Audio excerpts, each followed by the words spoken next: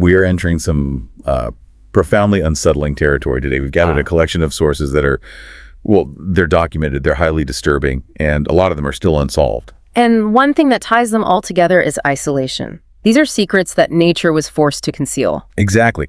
This is really an analysis of what happens when human cruelty finds the perfect hiding spot and nature becomes this massive silent vault. Right. And our mission here is to look at how that isolation actually works, how killers or cult leaders or even just secretive squatters exploited it to make their actions completely invisible. Okay, let's unpack this. We're going to start with an incident where isolation was central to both political control and just a catastrophic loss of life.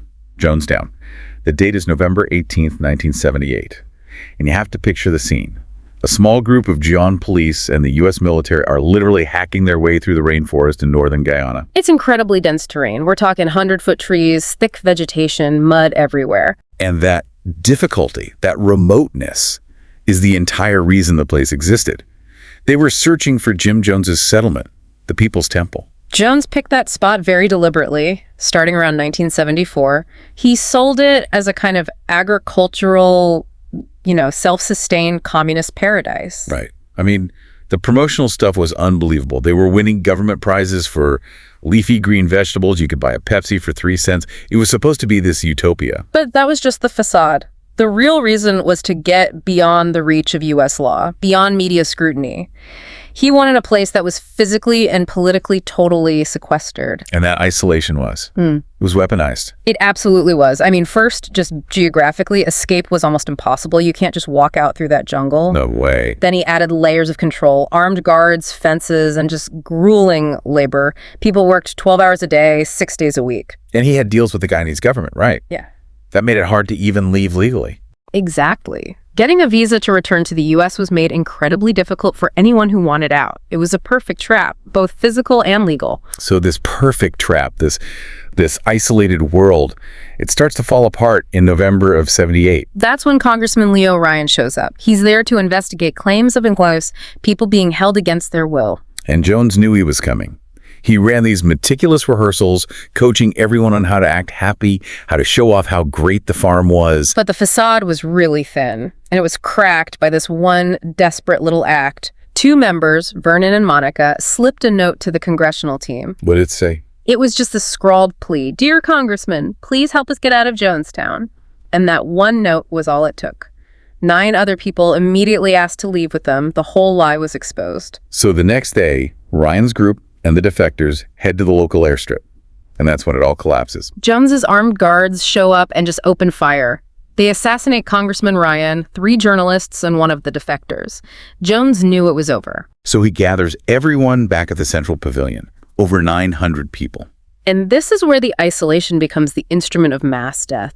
He orders everyone to drink Flavor Aid laced with cyanide. And while some people did it willingly, the evidence shows it was mass coercion. Oh, absolutely. Children were poisoned, some injected directly with cyanide. Adults who resisted were forced at gunpoint or shot. It was the largest single loss of American civilian life in a deliberate act until 9/11. All conducted deep in a jungle where no one could intervene for hours. And the aftermath was a logistical nightmare. Dealing with that many bodies in a remote tropical climate, it just amplified the horror. The isolation protected the crime and then made even understanding it a massive challenge. Okay, so let's shift from that kind of mass tragedy to singular cases. Profound mysteries where isolation has allowed killers to succeed, sometimes for decades. Right. We're moving from the concealment of a huge community to the meticulous concealment of individual crimes. And we're going to start with a classic, deeply unsettling case from Germany, the Hinterkaifeck murders in 1922.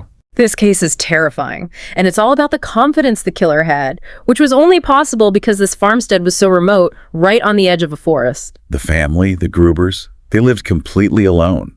The murders happened on April 1st, but nobody knew for days. Right. The first person to show up was a mechanic, Albert Hoffner, on April 4th. He was there to fix a motor in the barn. He said the house was silent, but the livestock were making a lot of noise. He just figured the family was out, so he fixed the motor and left. But the neighbors started to get suspicious. A man named Lorenz Schlittenbauer went back that evening with a few others. And when they broke into the barn, what they found was just absolute carnage. 4 bodies: Andreas Gruber, his wife Kazilia, and their 2 daughters. They were all stacked up and covered with hay, killed by blows to the head, probably with a pickaxe-like tool called a mattock. And it wasn't just them.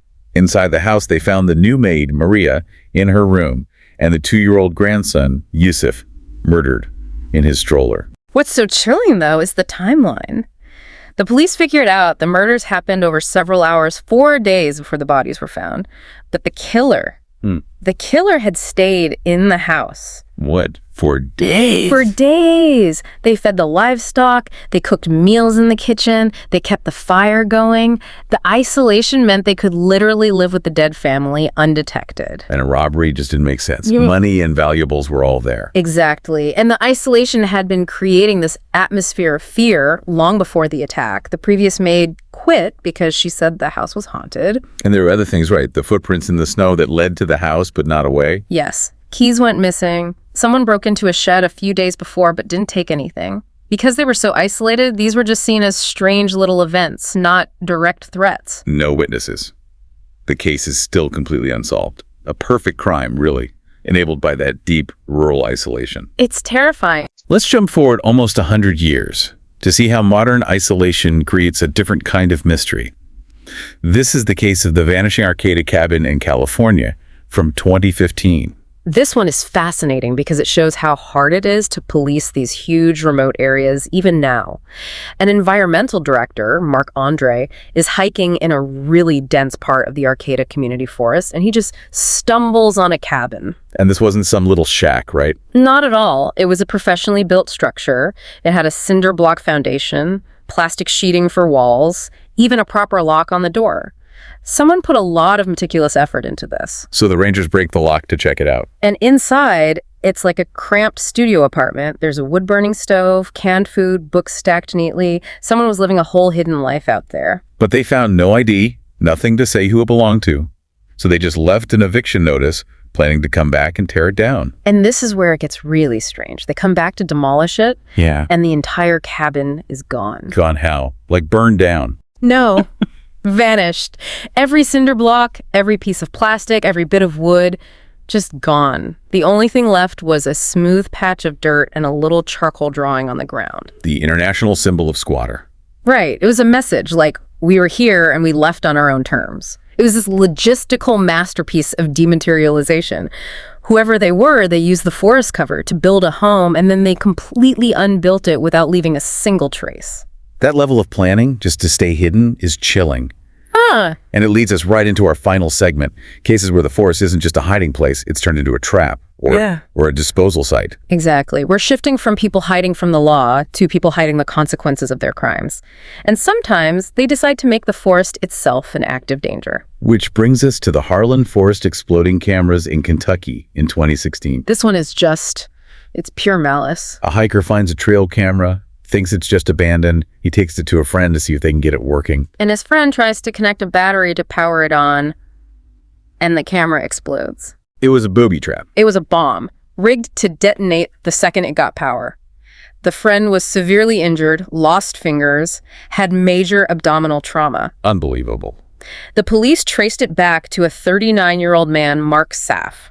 In his home, they found bomb-making materials and this handwritten note that just said, "Broken camera for broken soul."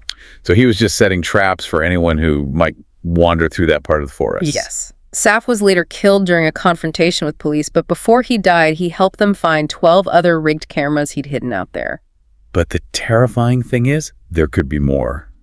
The isolation makes it impossible to know if they found them all. There could still be live traps out there. And if isolation can hide active threats like that, it can definitely hide the dead. The Bearbrook barrel murders in New Hampshire are a perfect, grim example of this. So in 1985, a hunter is in Bearbrook State Park and finds a rusted 55-gallon metal drum.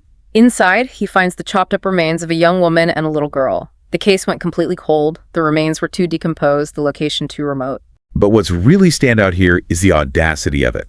The killer did it again. 15 years later, in the year 2000, a state trooper goes back to that same area and finds a second identical barrel just about 150 yards away from the first one. And inside, the remains of 2 more young girls, both toddlers. All 4 victims from barrels found 15 years apart had been killed by blunt force trauma. It pointed to one methodical killer using the park's isolation over and over again. But this is where technology finally catches up to the secret. It took a while, but yes. Advanced DNA testing, specifically forensic genetic genealogy, finally allowed investigators to identify 3 of the 4 victims, a 24-year-old woman named Marla Elizabeth Honeyurch and her 2 daughters, Mary and Sarah. And that identification led them to the killer. It did. A man named Terry Peter Rasmussen. He had actually already died in prison back in 2010 for a completely separate murder. It shows that while isolation can keep a secret for decades, modern science is finally starting to crack these vaults open. Which is critical when you look at cases where the killer's main goal is to erase the victim's identity completely. Let's talk about 2 final cases, Red Elm Woods in Washington and the Bony Torso in England. Both of these are about professional-level disposal.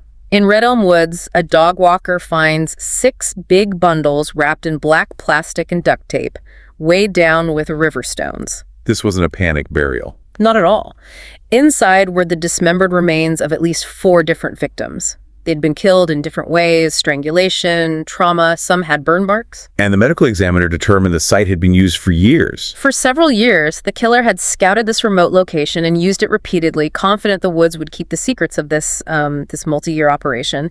No suspects were ever arrested. And you see that same chilling precision in the Bony Torso case from England in 1991. A man finds a human torso buried, wrapped carefully in carpet. The head and hands were gone, which is pretty standard for preventing identification. But there was something else. The surgical precision. The arms were cut off cleanly just below the elbows. The thinking is that this was done to remove any identifying tattoos or scars on the forearms. It was meticulous. So all they knew was that the victim was a physically fit man, maybe 30 to 45 years old. And that's it. The remote burial site combined with that. That surgical dismemberment meant that despite a huge investigation, the victim is still unidentified, and the killer has never been caught.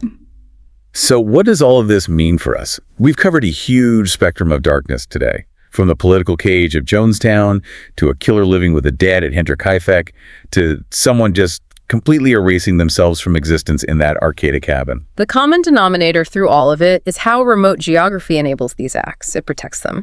And while modern tools like DNA are finally forcing some secrets out, the level of proficiency in cases like the Bony Torso shows that criminals are always evolving, always finding new ways to use the cover that nature provides. And these are all places we think of as havens, right? Forests, remote farms, Yeah. places people go for peace. So that leaves an important question for you, our listener. If these isolated woods can hide such profound, meticulous cruelty and active, ongoing threats, what dangers in the seemingly safe, familiar environments closer to home are we all failing to recognize until it's far too late?